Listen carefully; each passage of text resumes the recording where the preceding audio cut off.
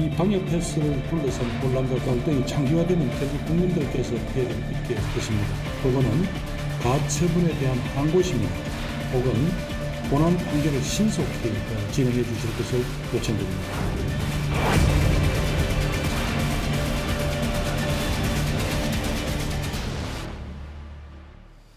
자, 계속해서 한 주간의 사건, 사고 소식과 코로나19 상황을 좀 짚어보도록 하겠습니다. 네, 천은미 이대목동병원 호흡기내과 교수, 승재현 한국형사법무정책연구원 연구위원 나와주셨습니다. 안녕하세요. 네, 안녕하십니까. 안녕하세요.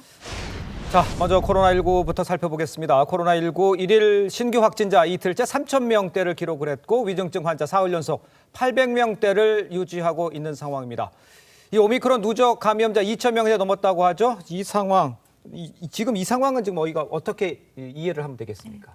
거리두기로 인해서 이제 확진자고 중증자는 좀 많이 감소하는 추세로 돌아섰습니다. 네. 다만 오미크론이 지난주에 비해서 2배 가까이 지금 늘어나고 있는 것은 오미크론이 이제 본격적으로 확산이 될 시점이라고 생각을 합니다. 예. 오미크론은 델타에 비해서 전파율이 3-4배, 그다음에 백신이나 이런 감염이 됐더라도 재감염률이 5배까지 높을 수 있기 때문에 증상이 경증으로 대부분 갈 수는 있지만 그중에 일부분은 분명히 위중증자가 발생할 수 있어서 병상이라든지 진료체계의 어떤 정비가 반드시 필요합니다. 네.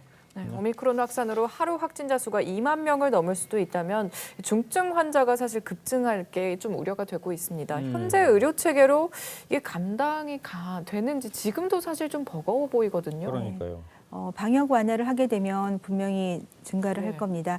다만 오미크론은 지금까지 여러 연구를 보면 남아공의 젊은 층에서는 델타에 비해서 치사율이 10분의 1 정도여서 독감 정도의 치사율을 보이고 있습니다. 네. 특히 이제 경고 치료제가 곧 도입이 되기 때문에 외래 진료 센터에서 약물 처방에 의해서 중증자를 최대한 감소시키고 약물 자체도 10분의 10명 중에 9명은 집에서 치료를 할 수가 있습니다. 그래서 이런 진료 시스템을 마련해주고 하지만 일부는 중증으로 가는 것을 대비해서 기본적인 병상은 필요합니다. 네. 특히 오미크론은 전파력이 높고 상기도에서 바이러스가 주로 나오기 때문에 네. 우리가 KF 마스크를 실내에서 착용하는 것이 오미크론을 방지하는 데 가장 중요하고 겨울이지만 환기에 대해서도 상당히 신경을 쓰는 것이 필요합니다. 해외에 비해서 오미크론 유행이 늦어지고 있는 이유도 국내에는 KF 마스크를 잘 쓴 것이 저는 큰 이유라고 생각합니다. 예, 치료제 잠깐 언급을 해주셨는데 이제 치료제를 기대를 하고 계신 분들 많아요. 좀 버티다 보면 야, 그 오미크론이 심하진 않으니까 치료제 하면 되지 않을까 하는데 일반적으로 그 약국에서는 이렇게는 안 되죠. 어떤 식으로 보급이 됩니까? 네, 이제 진단이 되시면 예. 60세 이상이거나 12세 이상의 어떤 고위험 어떤 인자를 갖고 있는 군에게 우선 투여가 될 것입니다. 예. 아직까지 일반적인 건강한 분들에게는 확진이 되더라도 투여되는 연구가 없기 때문에 그 연구가 나온다면 우리가 독감이 진단이 되면 타미플루를 복용을 하는 쪽으로 가게 될 것이고 이 약을 복용함으로 인해서 10명 중에 9명은 재택에서 치료가 가능하기 때문에 지금의 재택 치료에 의해서 조금 중증으로 가시는 분들이 나오고 있는데 네. 이러한 면은 상당히 완화가 될 수 있을 것으로 기대합니다. 그렇군요. 네, 또 방역 패스 적용이 강화되면서 이게 또 기본권 침해다, 방역 필수다 이런 의견들이 좀 맞아요. 나오고 있습니다. 네, 정부는 방역 패스가 또 영구적인 조치는 아니다 이런 얘기를 하고 있는데 어떻게 보십니까? 이게 방역 패스 완화 조치 기준 어떻게 될까요? 네, 아직까지 기준이 발표는 되지 않았지만 아마도 위험도가 낮은 시설부터 완화를 할 것 같습니다. 그래서 지금 마트나 백화점이 아마 내일부터 우리가 들어갈 수 없죠. 2차 부스터에 또 걸리는 분도 계시고 네. 이러한 것은 기준이 사실은 마스크 착용과 환기가 얼마나 잘 되냐가 제일 중요합니다. 예. 마스크를 착용하는 공간이라면은 저는 기본적으로 백신 패스가 적용되는 것이 크게 의미가 없을 수 있다. 만일 그렇다면은 지하철이 사실은 백화점 마트보다는 밀집도가 더 높고 그러니까요. 같이 마스크를 쓰는 공간인데 우리가 대중교통은 백신 패스가 적용이 되지 않습니다. 이 점에 대해서 정부가 조금 정확한 지침을 마련해 주셔야 예. 국민들이 좀 받아들이기에 좀 쉽지 않을까 생각합니다. 특별히 또 교수님은 그 좀 알러지 같은 것 때문에 그 1차 접종만 맞고 않으셨잖아요. 그렇다면 이제 교수님 같은 경우도 마트 못 가는 상황이 되지 않습니까? 네. 이 상황에 대해서는 뭐 의료진의 입장에서 또 본인의 실제 입장에서 어떤 생각을 갖고 계신 겁니까?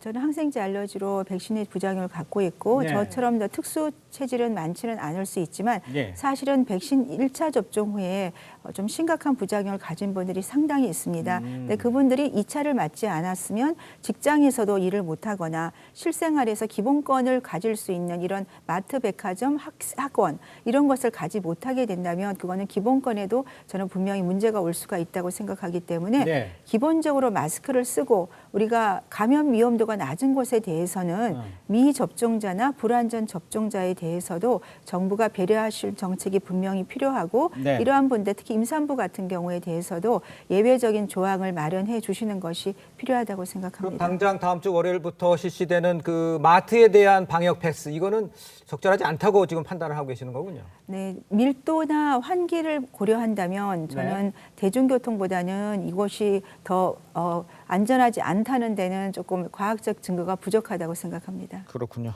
현재 백신 접종 완료자 중 이 확진자 비율이 72% 정도로 돌파 감염이 굉장히 많거든요. 근데 이런 상황에서 방역 패스 의미가 있겠나 이런 의견들도 사실은 나와요. 어떻게 보세요? 이제 우리가 백신 접종을 하는 것은 본인의 중증도를 예방하기 위한 예. 것으로 저는 생각합니다. 왜냐하면 2차 접종 후에도 3개월, 부스터도 이스라엘을 보면 딱 3개월 정도만 감염 차단의 효과를 갖고 있는 것 같습니다. 네. 특히 가족 내 감염도 백신을 접종하지 않은 군의 38%고 백신을 2차 접종한 경우도 25%, 딱 13%만 감염 차단 효과가 있다는 거죠.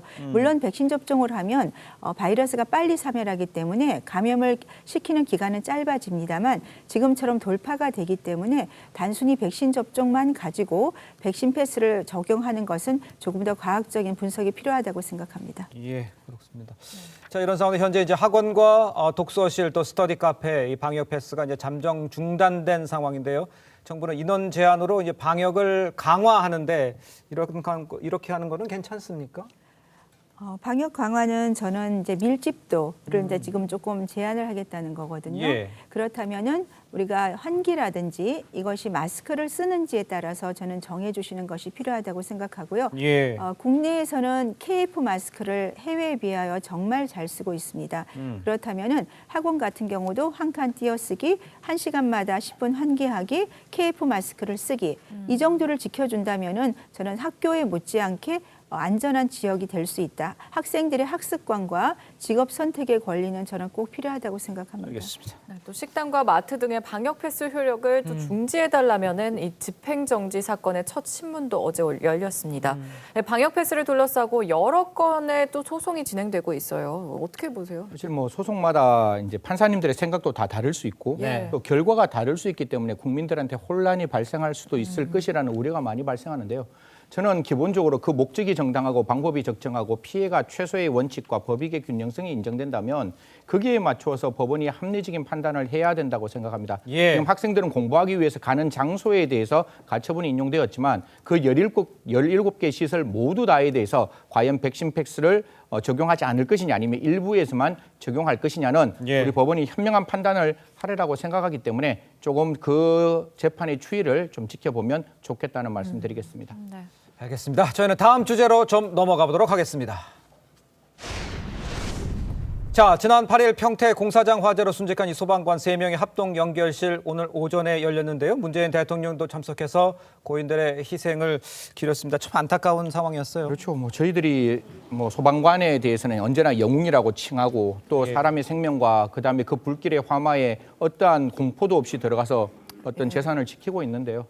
언제나 우리가 이러한 어떤 소방대원에게 영웅이라는 호칭을 쓰기 전에 이러한 사건이 다시금 발생하지 않도록 예. 국가에서 총력을 기울이셔야 되고 또 대통령께서 눈물 훔치는 모습까지 보였는데요. 저도 시민의 한 사람으로 그 고인들의 명복을 다시 한번 빌고 유족들에게 심심한 위로의 말씀을 전해 올리도록 하겠습니다. 알겠습니다. 소방대원 3분이 모두 한 팀에서 근무하던 소방관들이라고 하던데 그래서 사실 더 안타까운 또 사연들이 또 많은 것 같아요. 이리도 사연이 구구절절할까 이런 생각을 했는데 그중에 가장 대표적인 이형석 나이가 제일 많으신 소방경이었는데요. 예. 구순 노모를 모시고 사는 굉장히 가장으로서의 모든 어떤 책임을 지고 있었던 분. 이 구순 노모 아직도 아들이 유명을 달리했다는 사실을 모르고 있다라고 합니다. 예. 마음이 너무 아프고 그 밑에 있던 박수동 이제 소방장인데요. 상견례까지 했답니다. 이제 곧 결혼이 얼마 남지 않았는데 그 결혼을 할 수 없었던 애절한 소식이 전해지고 마지막에 막내 조우찬 소방교 사실 자기 친구 여자친구가 곧 같은 그 소방 시설에서 근무를 하게 되었는데 그 근무하는 모습을 보지 못했다. 저는 이 뒤에 있는 소식이 더 마음이 아팠습니다. 이렇게 애도하고 있는 와중에서도 예.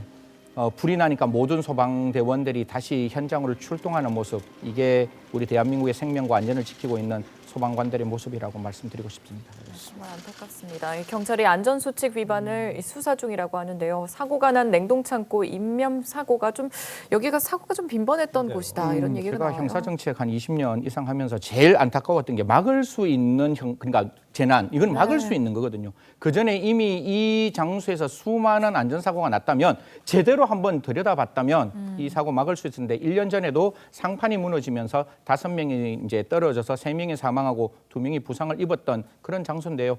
이걸 전반적으로 들여다보는 어떤 그런 시스템이 마련되어 있지 않았다는 점이 예. 이번 사고에서도 또 하나의 원인으로 지목되고 있습니다. 알겠습니다. 다른 사건도 저희가 좀 짚어봐야 할 것 같은데요. 자, 지금 내용을 보면요. 회사 돈 1,980억 원을 횡령 혐의. 야, 이거 영장 심사를 포기했어요. 영장 저 심사를. 개인적인 생각에는 당연히 영장이 나올 수밖에 없는 상황이에요. 네. 이게 뭐 도망할 우려와 증거인멸 우려는 조금 제가 뭐 판사가 아니기 때문에 성급하게 말씀드리지만 저는 있다라고 생각하고 네. 이게 자기 자본의 한 96% 거의 100%에 가까운 돈이 1,980억을 횡령한 사건이기 때문에 예. 제가 봤을 때는 충분히 범죄의 중대성이 인정될 수 있어서 아마 조심스러운 추측이지만 당연히 포기와 관계없이 영장은 발부될 것이라고 말씀드릴 수 있습니다. 예. 네, 오스템 임플란트 이 직원 이 씨인데 횡령한 돈으로 금괴와 부동산을 구입한 것으로 또 드러났습니다.